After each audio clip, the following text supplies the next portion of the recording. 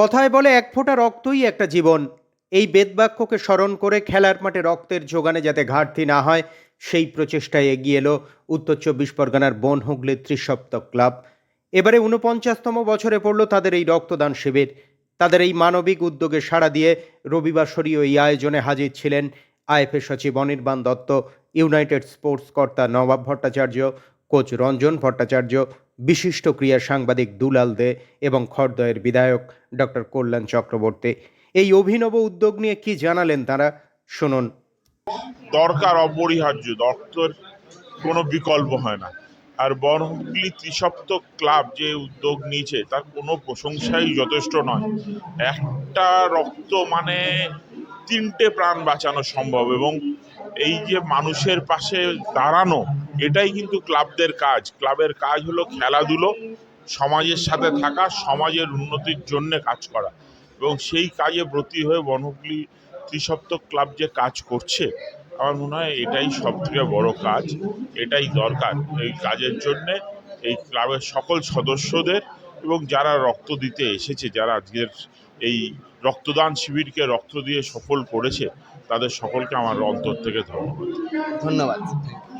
যে সুস্থ সমাজ গঠন করার জন্য ক্লাবগুলোর যে ভূমিকা, সেই ভূমিকার মধ্যে সবাই সামিল হওয়া, এই যে এরকম একটা রক্তদান উৎসব, এটা যেহেতু তো ইউথরাই এগিয়ে আসবে, তো সেই জন্যই তাদেরকে বলবো যে রক্তদান শিবিরকে, ত্রিসপ্তক ক্লাবের রক্তদান শিবিরকে সাফল্যমণ্ডিত করার জন্য এবং স্বেচ্ছায় এসে এই যুক্ত। এদের সঙ্গে আমি আগেও এসেছি।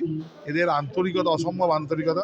ভালো রক্তদান শিবির খুব ভালোভাবে হচ্ছে, আর এই সময়টা রক্তের প্রয়োজনও আছে। তো এরা একটার পর একটা অনুষ্ঠান করে এবং খুব সফলভাবে করে।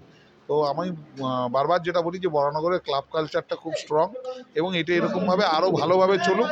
মূল অতিথি হচ্ছে রক্তদাতারা। রক্তদাতারাই তাদেরকে সম্পূর্ণ এরা খুব যত্ন করে এবং ভালো করে এই কাজটা যে করে, তার জন্য এদেরকে ধন্যবাদ। আচ্ছা, আপনি রক্তদান শিবিরে এসে দুলালের কাছে আমার প্রশ্ন, দুলাল ব্রাজিলের সাপোর্টার, শেষ দিন অবধি ছিল এবং আর্জেন্টিনার খেলা দেখেছে এবং স্পেনের খেলাও দেখেছে, সব খেলাই দেখেছে, ওর ওয়ার্ল্ড কাপের অভিজ্ঞতা আছে।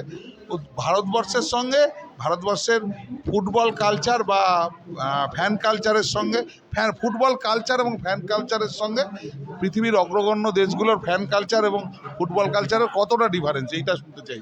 এইটা নিয়ে আলোচনা বা না বলাই ভালো।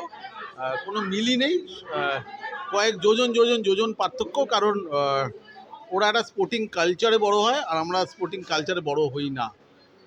আমরা মানে ছোট থেকে যে আমাদের কিছু একটা স্পোর্টস খেলতে হবে, স্পোর্টিং ইভেন্টে থাকতে হবে, সেই ভাবনাটাই আমাদের ভাবনা নেই। আর ওদের দেশে তো পড়াশোনাটা স্কুল থেকে শুরু, মানে স্কুল থেকে স্পোর্টিং কালচারটা শুরু হয়। পাড়ার মাঠ আছে, সে হয়তো যে মাঠ, ওখানে মাঠে গড়াগড়ি খাওয়া যায়। আমাদের এখানে যে মাঠ, প্রথম প্র্যাকটিসে বলটাই হয়তো হাঁটুর কাছে আসে। তো আলোচনাটাই খুব বোকা বোকা হবে, কারণ হয় না, মানে হয় না। এটা হচ্ছে আসমান আর জমিনের পার্থক্যের মতো। আমরা অনেকটা পিছিয়ে থাকা দেশের মানে এত দূর থেকে যে একটা নাটকের, ধরো একটা মঞ্চে নাটক হচ্ছে আর আমরা সেই প্রেক্ষাগৃহে হলে লাস্ট বেঞ্চের টিকিট পেয়েছি। তো লাস্ট বেঞ্চের টিকিট থেকে মঞ্চে কী হচ্ছে এক্স্যাক্টলি বোঝা যায় না, যেরকম আন্দাজে কিছু বুঝতে হয়, আমাদের অবস্থাও সেরকম ভারতীয়দের।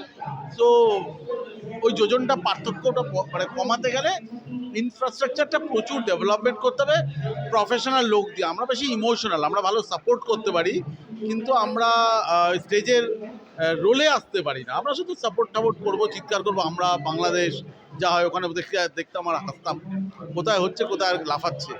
তো ঠিক আছে, এই নিয়েই চলবে। আগামী 100 বছরও কিছু হবে বলে মনে হয় না। সরি, মানে আমি বললাম। আমি এটিকে নেহাত রক্তদান বলতে চাই না।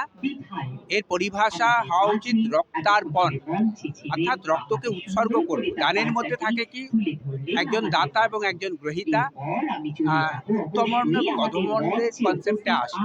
কিন্তু রক্তদান তো যেমন তেমন দান নয়, মানুষের জীবন দান করছে, মানুষকে একটা মহাজীবনের পথে নিয়ে যাচ্ছে। সেক্ষেত্রে এটি অন্য দানের সঙ্গে তুলনা করা চলে না। সেই জন্য আমি মোর অ্যাপ্রোপ্রিয়েট টার্ম হতে পারে রক্তার্পণ। ভারতের স্বাধীনতা সংগ্রামী, ভারতবর্ষকে যারা স্বাধীন করেছেন, অনেক রক্ত তারা দিয়েছেন, আত্মবলিদান করেছেন, সবই আজকের দিনে আমরা স্মরণ মনন করতে চাই। এবং যারা আজকে রক্তার্পণ করলেন তাদেরকেও আমি শুভেচ্ছা জানাতে চাই। এরকম ধরনের অনুষ্ঠান আরও হোক এবং সরকারি ব্লাড ব্যাংকে এই ধরনের রক্তগুলো যাক। আরও শুভবুদ্ধি সম্পন্ন মানুষ, সমাজ সচেতন মানুষ, সমাজসেবী মানুষের আরও সমাগম হোক এবং এটা সার্বিক একটা আন্দোলনের পর্যায়ে চলুক, এইটুকু কথা বলবো। এবং যারা আজকের এই অনুষ্ঠানের আয়োজক তাদেরকে ধন্যবাদ, কৃতজ্ঞতা জানাচ্ছি। Very very thanks.